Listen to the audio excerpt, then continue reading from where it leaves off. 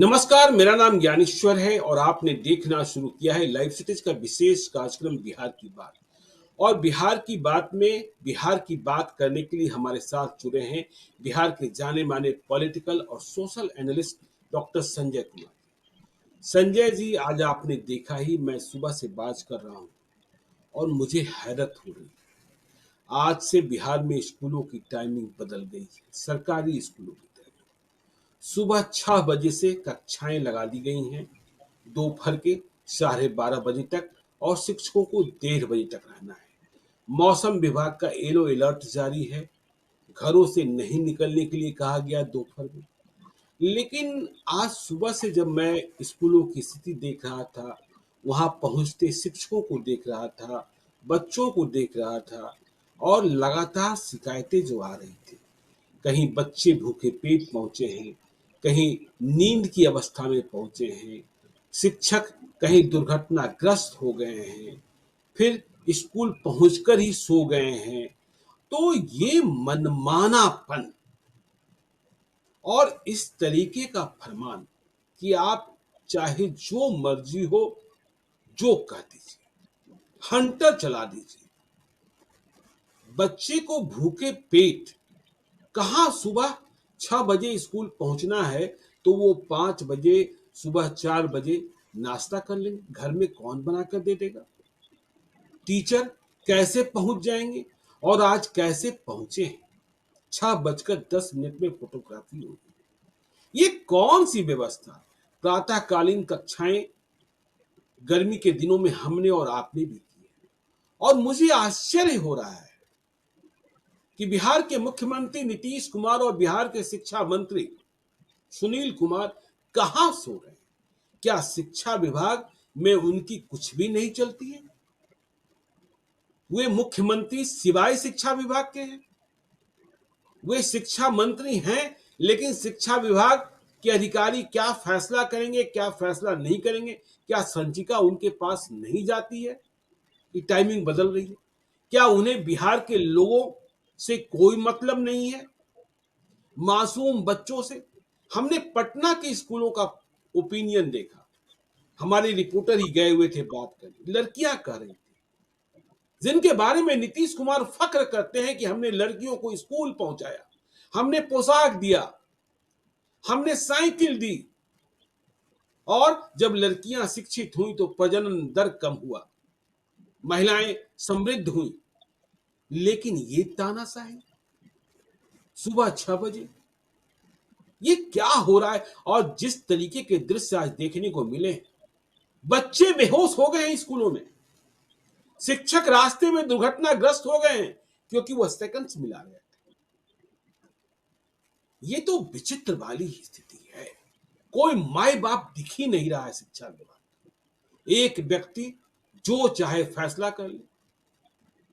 फैसला कीजिए, स्कूलों में पढ़ाई हो, इससे अच्छी बात क्या हो सकती है? लेकिन आप जब मर्जी चाहे हंटर चला देंगे, जब मर्जी चाहे बुला लेंगे। आप यह भी देखेंगे ना कि बच्चे कितने बजे जागते हैं, बच्चे के माता पिता कितने बजे सोते हैं। सुबह 6 बजे जब आप स्कूल पहुंचने के लिए कह रहे हैं तो बच्चे को कितने बजे जागना होगा? क्या उस समय वह नित्य क्रिया भी ठीक से संपन्न किए होंगे? क्या उनकी आदत है कि सुबह 5 बजे नाश्ता कर ले भूखे पेट? लड़कियां कह रही थी, स्कूल तो आ गई हूं, स्कूल 6 बजे खुल गया है, लेकिन क्लास में नींद आ रही है। शिक्षक सो जाएंगे तो उन्हें दंडित कर दिया जाएगा, बच्चे सो जाएंगे तो क्या किया जाएगा? यह तो गजब हाल बना रखा है बिहार के शिक्षा विभाग ने। संजय जी, आप शिक्षक भी हैं, पॉलिटिकल एनालिस्ट भी हैं, आपने भी आज सुबह से सब कुछ समझा है, पहला दिन था। क्या आपकी प्रतिक्रिया है? मुझे तो बहुत गुस्सा आता है। नहीं, देखिए, सरकार के इस व्यवहारिक फैसला न होने का जो ग्राउंड रिपोर्टिंग सारे लोगों ने देखा जी। और कैमरे की नजरों में कैद हुई, तो हम्म। तस्वीरें तो झूठ नहीं न बोलती हैं। वो बच्चे कह रहे थे कि जब हमने 4 बजे जगा अपने घरों में, मेरे माँ बाप ने हमें जगाया, 5 जबरदस्ती बजे जगाया, तैयार होकर, जबरदस्ती जगाया। जबरदस्ती जगाया। जी। और जगने के बाद जब बच्चों से पूछा गया कि क्या आपने कोई ब्रेकफास्ट लिया है, कोई जलपान आपने किया है, उन्होंने कहा कि इतना सवेरे कैसे संभव है कि घर में मुझे ब्रेकफास्ट मिल जाएगा, जलपान मिल जी। जाएगा। और मैं भूखे पेट स्कूल आ गया। ये लड़कियों की जो ग्राउंड रिपोर्टिंग थी, लड़कों की जो ग्राउंड रिपोर्टिंग थी। अब सोचिए कि 40, 41 डिग्री, 42 डिग्री टेम्परेचर है पटना का, जी। कंक्रीट का जंगल बन गया है, अब तो पेड़ पौधे हैं नहीं, ऐसे भी हवा में नमी नहीं है, और जो पछुआ हवा का प्रभाव है, खाली पेट अगर बच्चे 2 घंटे भी रहेंगे तो मुझे तो लगता है कि हीट स्ट्रोक से उनको कोई नहीं रोक सकता। जी। हीट स्ट्रोक के वो शिकार हो जाएंगे। हम्म। अगर बच्चे कुछ खाएंगे ही नहीं तो खाली पेट वो पानी पिएंगे नहीं तो डिहाइड्रेटेड हो जाएंगे, तो डिहाइड्रेशन के शिकार होंगे, पेट दर्द का शिकार होंगे, उन्हें हीट स्ट्रोक लगने का डर होगा, उन्हें फीवर आ जाएगा। क्योंकि इस स्थिति में जब टेम्परेचर बहुत अधिक होता है तो जो आपके बॉडी का जो हाइपोथैलेमस है, जो टेम्परेचर को नियंत्रित करता है, वो भी करना बंद कर देता है और बिल्कुल। फीवर हो जाता है। अब सोचिए तो कि बीमार बच्चे को आप किस तरह से पढ़ाएंगे, किस तरह से सिखाएंगे। वो बच्चे जो भूखे हैं, जी। स्वाभाविक है कि जो आपने बताई कि बच्चे बेहोश हो रहे थे, अब स्वाभाविक है कि उनके बॉडी में अगर ग्लूकोज होगा ही नहीं, ब्रेन में ग्लूकोज होगा ही नहीं, तो उनका ज्ञान कैसे उनके ब्रेन में जाए और ज्ञान को रिसीव कैसे करेंगे। नींद में है बच्चे।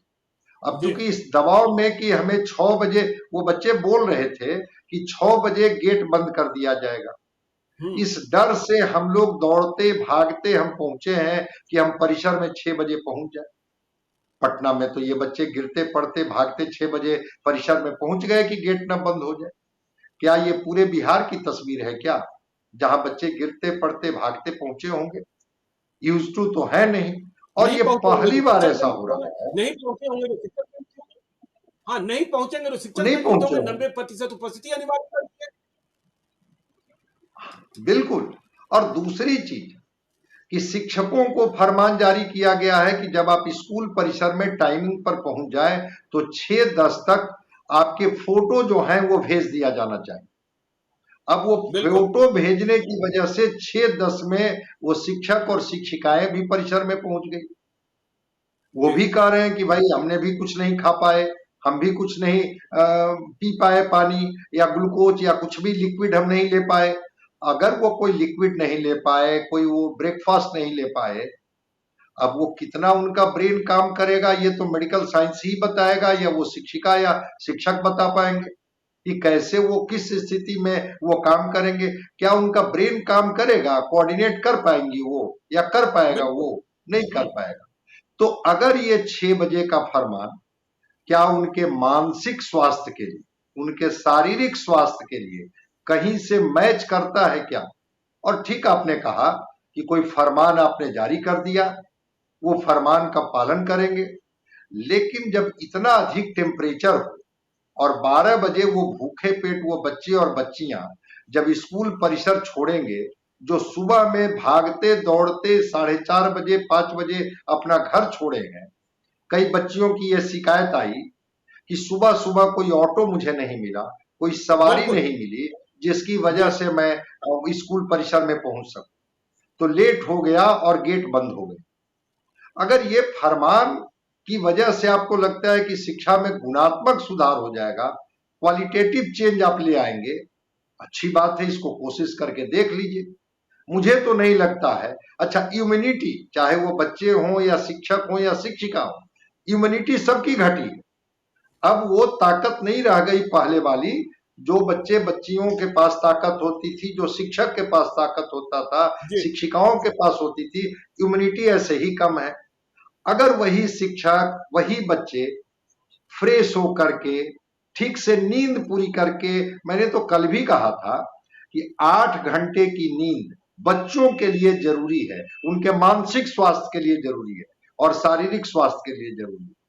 7 घंटे की नींद शिक्षक और शिक्षिकाओं के लिए जरूरी है। अब शिक्षिकाओं से जब आप ही के कैमरे उनके सामने थे और शिक्षक तो कह रहे थे कि इस दबाव में मैं नहीं सो पाई कि हो सकता है कि मुझे सुबह जगने में देर हो जाए बिल्कुल। और मैं स्कूल पर समय पर नहीं पहुंच सकूं और नहीं पहुंच सकूं। और एक और फरमान की बात मैंने उसी माध्यम से सुना कि कहा गया कि अगर कोई शिक्षक या शिक्षिका 1 मिनट भी अगर लेट हो जाते हैं स्कूल परिसर पहुंचने में या अपनी टाइमिंग पर पहुंचने पर, तो 7 दिन के उनके वेतन काट दिए जाए। नहीं संजय जी, तो एक आप बात समझिए, देखिए संजय जी, देखिए मैं देख रहा था एक्स हैंडल पर कि लोग शिक्षक कह रहे थे कि चलिए अब तो रात्रि प्रहरी का भी काम मुझे ही दे दीजिए। जब सुबह 6 बजे पहुंचना ही पहुंचना है तो रात में यही रुक जाएंगे, रात में यही रुक जाएंगे। और संजय जी, हमारे घर में, आपके घर में काम करने वाले लोग हैं, पत्नी हैं, बच्चे हैं। यदि सुबह कह दिया जाए कि 4 बजे जाग जाइए और 5 बजे, जो हम लोग देहाती भाषा में करते हैं कि 5 बजे सुबह कोई लाकर नाश्ता दे दे, तो आप यही कहिएगा ना कि सुबह सुबह 5 बजे हंसोटा जाएगा क्या? हाँ, तो आप क्या कर रहे हैं? और ताज्जुब इस बात का है कि मुख्यमंत्री नीतीश कुमार को क्या इन बातों की खबर नहीं होती है? शिक्षा मंत्री सुनील कुमार क्या विभाग को नहीं देखते हैं? या चुनाव में आप इतने मस्त हैं कि आपको बिहार की चिंता ही नहीं रह गई है? ये बच्चे हैं और इन बच्चों के अभिभावक वोटर हैं, ये टीचर हैं, ये वोटर हैं। आपको कोई फिक्र नहीं है? क्या हम मान लें कि बिहार में शिक्षा विभाग को देखने वाला कोई नहीं है? एक व्यक्ति जो मर्जी चाहे फैसला कर रहा है। मुख्यमंत्री की कुछ भी नहीं चलती है, शिक्षा विभाग में शिक्षा मंत्री की कुछ भी नहीं चलती। मैं एक सैंडल पर देख रहा था, शिक्षकों में इतना आक्रोश है, वे कह रहे हैं, जो एमएलसी हैं शिक्षक कोटे से, शायद संख्या 12 है, क्या आप क्यों नहीं आवाज उठा रहे हैं? क्या आपके चेहरे पर काली पोतनी होगी? क्या आप चुप बैठे रहेंगे? हमारे ही वोट से आप चुनाव जीतते हैं, सरकारी स्कूलों के शिक्षकों के वोट से चुनाव जीतते हैं, प्राइवेट स्कूल के टीचर्स वोटर नहीं होते हैं। तो गुस्से में शिक्षक पूछ रहे हैं, केवल चुनाव जीत गए, एयर कंडीशन हॉल में जाकर बैठ जाएंगे और शिक्षकों की परवाह नहीं करेंगे? यह वह नहीं, सरकार है, स्वाभाविक है वो तो। नहीं, वह सरकार स्वाभाविक है कि है संजय जी, यह वह सरकार है जिसमें बीजेपी शामिल है और शिक्षकों के मुद्दे पर सम्राट चौधरी और विजय सिन्हा ने पटना में सड़कों पर लाठियां खाई हैं और आज इस तरीके का फरमान हो रहा है। ये तो वो जो शिक्षक प्रतिनिधि हैं जी उनसे तो जो पूछा जा रहा है वो क्या गलत पूछा जा रहा है जी कि किस तरह का आप प्रतिनिधि हैं भाई। शिक्षकों का प्रतिनिधित्व आप किस तरह से करते हैं? आप जी सदन में बैठते हैं, आप सरकार के हिस्से हैं, और क्या सरकार जो पॉलिसी तय करती है ये पॉलिसी सरकार नहीं तय करती है, उनके अधिकारी तय करते हैं। और अगर अधिकारी ही तय करते हैं तो शिक्षा विभाग और मुख्यमंत्री क्या बिल्कुल इससे अलूफ हैं? उनको नहीं पता है कि इस राज्य का टेम्परेचर अभी क्या है? उनको जी नहीं पता है कि 6 बजे क्या कभी बिहार में 6 बजे बच्चों को स्कूल आने की बात कही गई थी? अगर कही गई थी तो रिकॉर्ड निकाल के दिखा दे कि 6 बजे आपको स्कूल पहुंचनी है। क्या उनको नहीं पता है कि 12 बजे दोपहर में पीक आवर में जब जी टेम्परेचर सबसे हाइट पर होता है उस समय खाली पेट शिक्षक और खाली पेट बच्चे क्या हीट स्ट्रोक और डिहाइड्रेशन के शिकार नहीं हो जाएंगे, डायरिया के शिकार नहीं हो जाएंगे? और क्या वो बीमार बच्चे और बीमार शिक्षक क्या ये सरकार से सवाल नहीं करेंगे? और ये शिक्षक प्रतिनिधि क्या इसके लिए जवाबदेह नहीं होंगे? आप कहिए कि कोई व्यवहारिक फैसला कीजिए। मैंने तो देखा शिक्षक और शिक्षिकाओं ने कहा मुझे काम करने में कोई आपत्ति नहीं, जी लेकिन एक वातावरण भी तो मिलनी चाहिए अनुकूल काम करने की। और ठीक आपने कहा कि वो जो आक्रोश था कि रात भर इस दबाव में वो जगे कि सुबह हमारी नींद न कहीं पड़ जाए और हम 1 मिनट विलंब हो जाए, इसकी वजह से मेरी 7 दिन की सैलरी काट दी जाए। इस तनाव और इस दबाव में शिक्षा का काम तो नहीं किया जा सकता है। वो बिल्कुल शिक्षक जिससे आप शिक्षण का काम लेना चाहते हैं कि वो बच्चे को ठीक से फिजिक्स पढ़ाएं, ठीक से मैथमेटिक्स पढ़ाएं, ठीक से वो अर्थशास्त्र और लिटरेचर पढ़ाएं, वो शिक्षक जब इस तनाव में होंगे, कहा जाता है शिक्षा के बारे में कि ईटिंग एंड वॉमिटिंग, शिक्षक जो पढ़ते हैं उसी को क्लास में जाके वोमिट करते हैं, बताते हैं बच्चों को। और जी खास करके जो स्कूली शिक्षा है वो टू वे मेथड से होता है कि शिक्षक पढ़ाते हैं, फिर बच्चे रिस्पॉन्स करते हैं, फिर टीचर को लगता है कि शायद हमारी पूरी बात को ये बच्चे समझ नहीं पाए, फिर दोबारा उसको एक्सप्लेन करते हैं।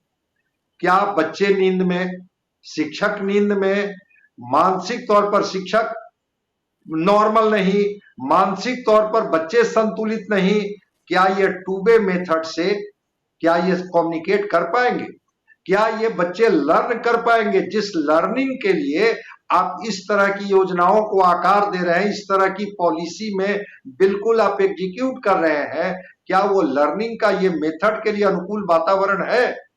और क्या उस वातावरण में रह करके क्या बच्चे पढ़ पाएंगे और शिक्षक पढ़ा पाएंगे? और सरकार क्या कुछ पता नहीं है? हम और आप बात कर रहे हैं, शिक्षक जी बात कर रहे हैं, अभिभावक बात कर रहे हैं, बच्चे बात कर रहे हैं। क्या सरकार के मुखिया और सरकारी विभाग के मंत्री जिनको ये विभाग मिला है वो इस फैसले को नहीं समझ पा रहे हैं? मैंने तो कल भी कहा था, आज भी मैं दोहरा रहा हूं कि क्या सारे शिक्षक उस परिसर में ही रहते हैं, 1 किलोमीटर 2 किलोमीटर? आज तो ग्राउंड रिपोर्टिंग पटना की थी।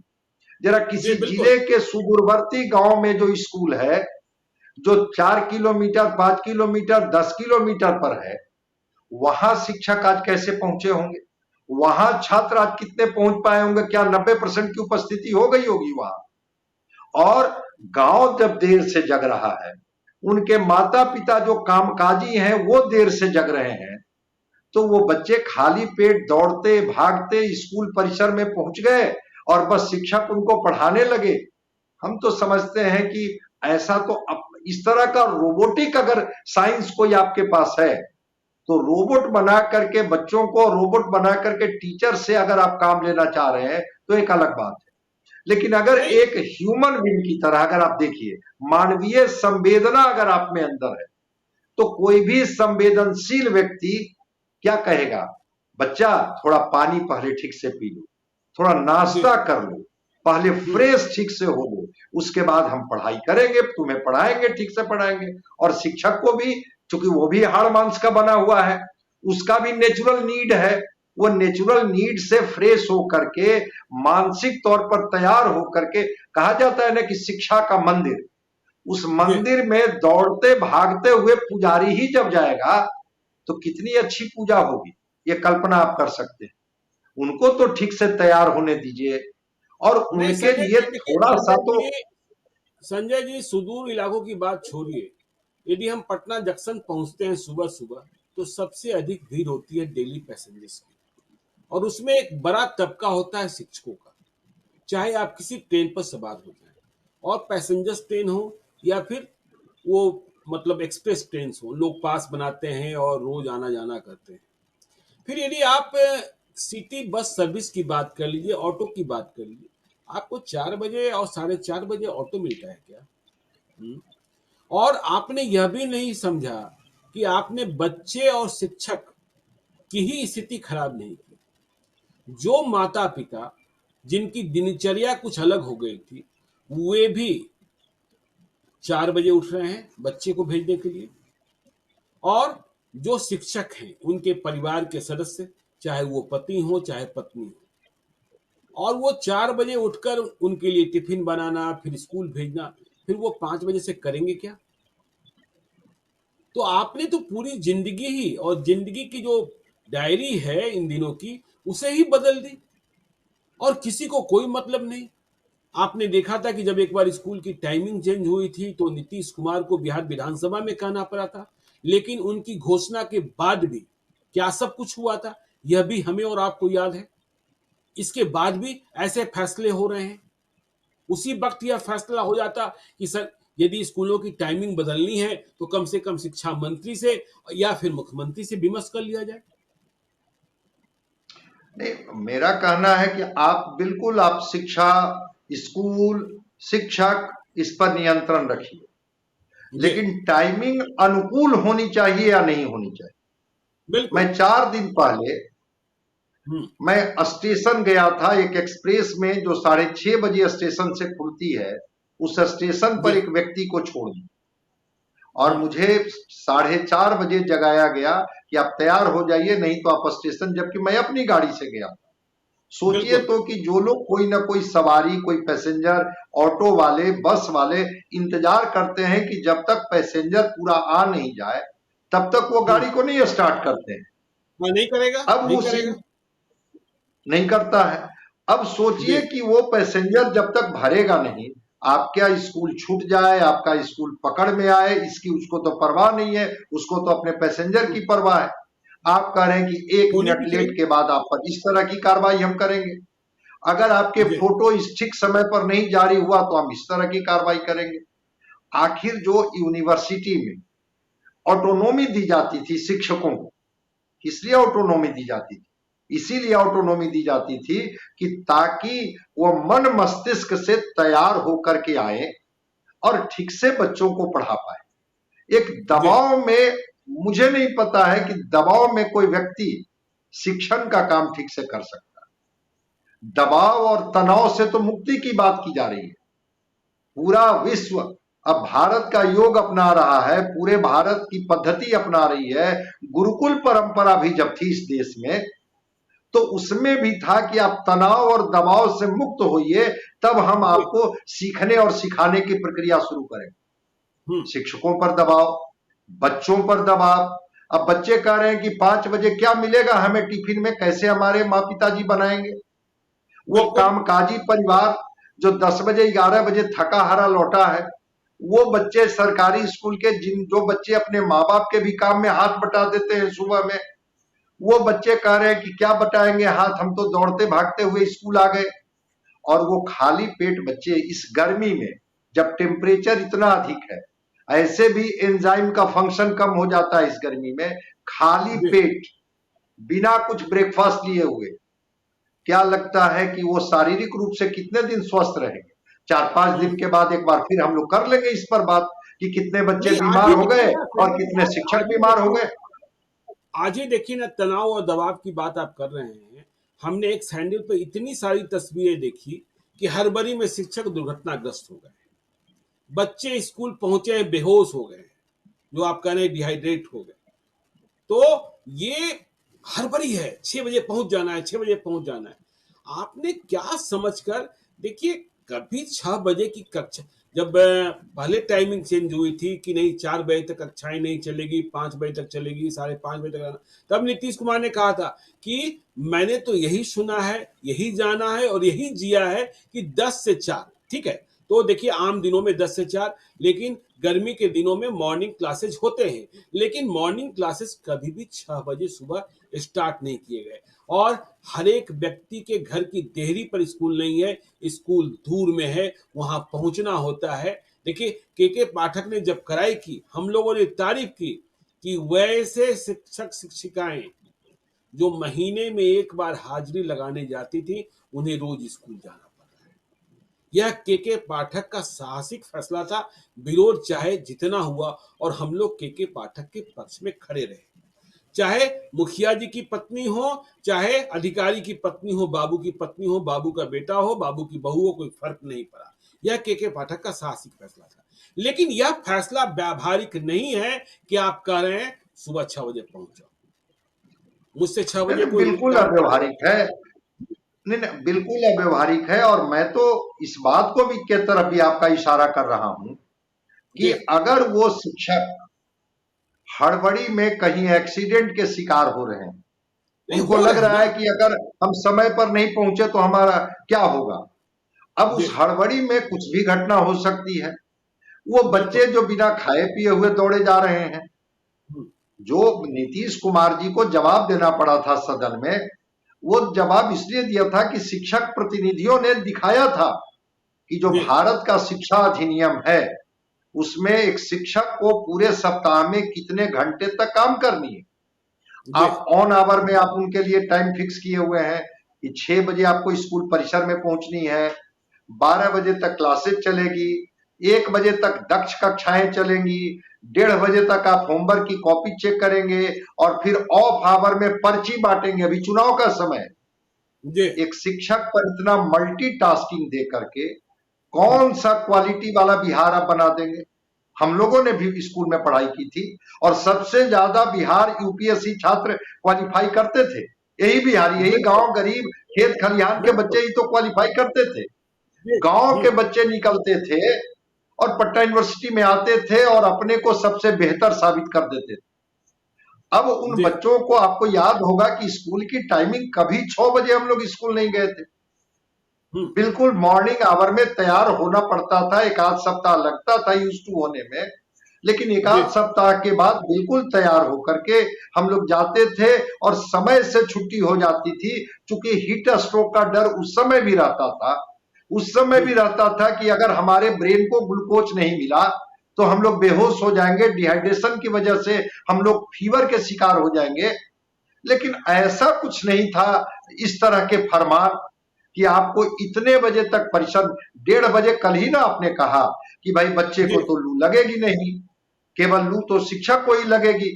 तो शिक्षक, बच्चों की छुट्टी 12 बजे, शिक्षक की छुट्टी 1:30 बजे, वो फिर परिसर से 2 बजे। अब 12 बजे पीक आवर में बच्चे जब निकलेंगे तो क्या है, सबके सर पर तौलिया होगा, सब ढक करके शरीर को निकलेंगे। उस समय तो एकदम सूरज की किरणें बिल्कुल सामने रहेगी, और उस समय जब बच्चे स्कूल परिसर से निकलेंगे, 1 बजे घर पहुंचेंगे, तो बच्चे हों, शिक्षक हों, क्या स्वास्थ्य के और इसका दृष्टिकोण संजय से। जी, और इसका देखिए संजय जी, मैं ये बताना चाह रहा था कि इसका पॉलिटिकल इम्पैक्ट तुरंत दिखाई पड़ रहा है। कल भी हमने चर्चा की थी कि शिक्षक गुस्से में हैं और वे खिलाफ में वोट कर रहे हैं लोकसभा चुनाव में।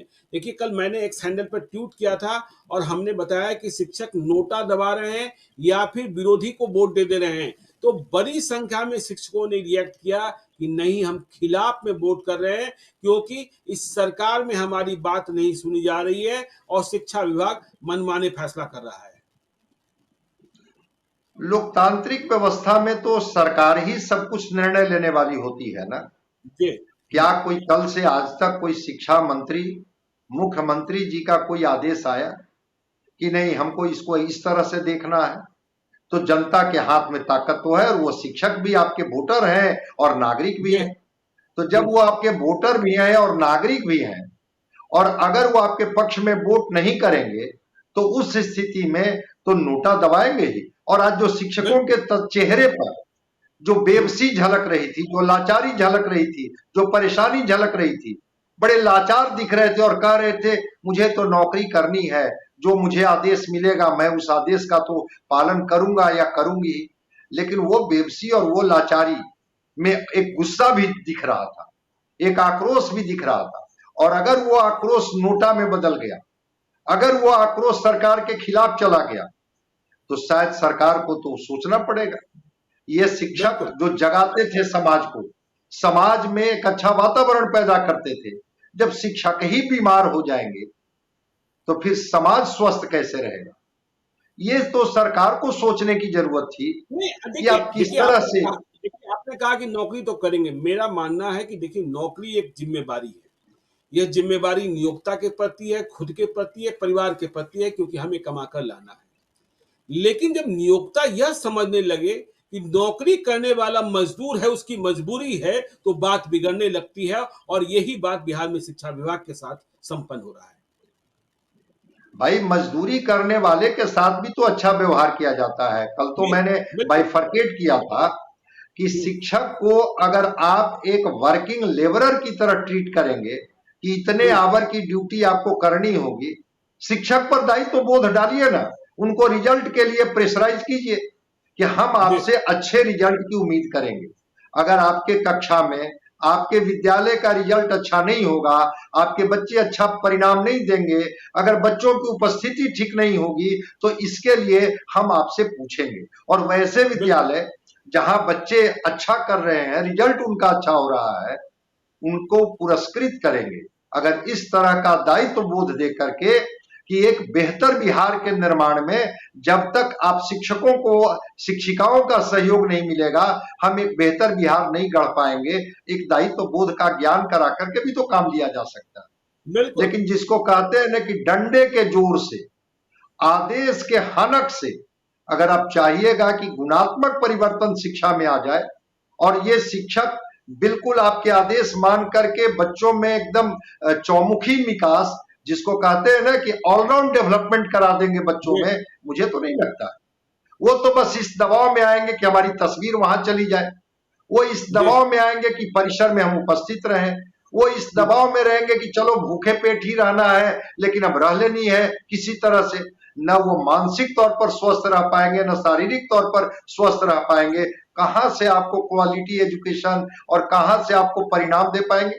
जिस अच्छे रिजल्ट के बिल्कुल लिए सही बात, सारे प्रयोग बिल्कुल आप सही। कर रहे हैं, क्या इससे अच्छा रिजल्ट आपको मिल पाएगा? और आपकी बात से पूरी पूरी तरह से मैं सहमति व्यक्त करता हूं कि के पाठक जी के फैसले के पक्ष में हम लोगों ने कई बार बात की थी कि बिल्कुल बिल्कुल के पाठक जी के आने के बाद शिक्षा और शिक्षा के स्तर में सुधार आया है। शिक्षक समय पर पहुंचने लगे हैं स्कूल, पंक्चुअलिटी और सिंसियरिटी का बोध उनके अंदर में आ गया है कि हमें पंक्चुअल रहनी है, सिंसियर रहनी है। लेकिन इस तरह से अगर वर्किंग लेबरर की तरह अगर आप टीचर को ट्रीट करेंगे, चाहे वो माध्यमिक शिक्षक हो, उच्चतर माध्यमिक शिक्षक वाले टीचर हो, प्राइमरी शिक्षक हो, जो भाग दौड़ करके और उस परिसर में फिजिकल प्रेजेंस अपना देंगे, तो मुझे नहीं लगता है कि आप जो चाहते हैं कि वह शिक्षक ज्ञान को कम्युनिकेट करे, बच्चों के अंदर में लर्निंग टेंडेंसी डेवलप करे, उसके अंदर में सेल्फ इंटरेस्ट क्रिएट करे अपने अपने सब्जेक्ट के प्रति। जब वो मानसिक रूप से शांत, वो मानसिक रूप से स्वस्थ और मानसिक रूप से निश्चिंत होगा, तभी उस वातावरण में यह संभव है। आपको तो मैं बिल्कुल बार सही। बार उदाहरण दे रहा हूं कि गुरुकुल में एक शिक्षक होते थे। ये जी भारत का अतीत रहा है, कोई हम लोग काल्पनिक बात नहीं कर रहे हैं। और एक शिक्षक भी जब पूरे मन से देखते थे कि बच्चा पढ़ने के मूड में आ गया है, तब वो पढ़ाना शुरू करते थे।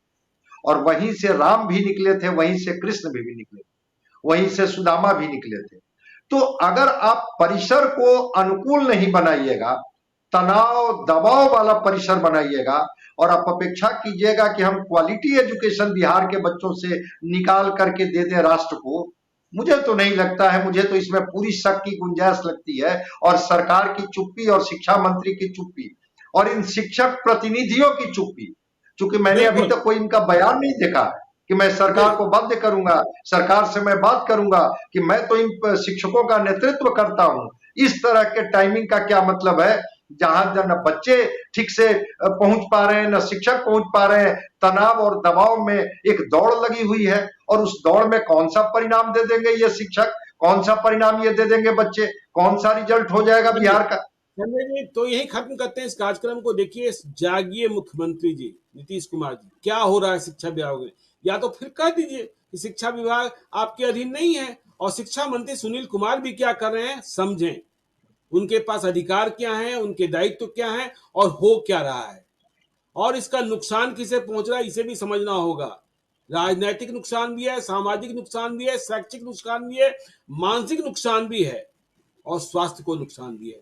तो इस बात पर हम चर्चा आगे भी करते रहेंगे। आप देखते रहिए लाइव सीरीज को। यदि अब तक आपने हमारे यूट्यूब चैनल लाइव सीरीज को सब्सक्राइब नहीं किया है तो जरूर कर लीजिएगा, और यदि इस वीडियो को आप फेसबुक पेज के माध्यम से देखकर पेज को लाइक कीजिएगा, ट्विटर पर भी हमें फॉलो कीजिए। धन्यवाद।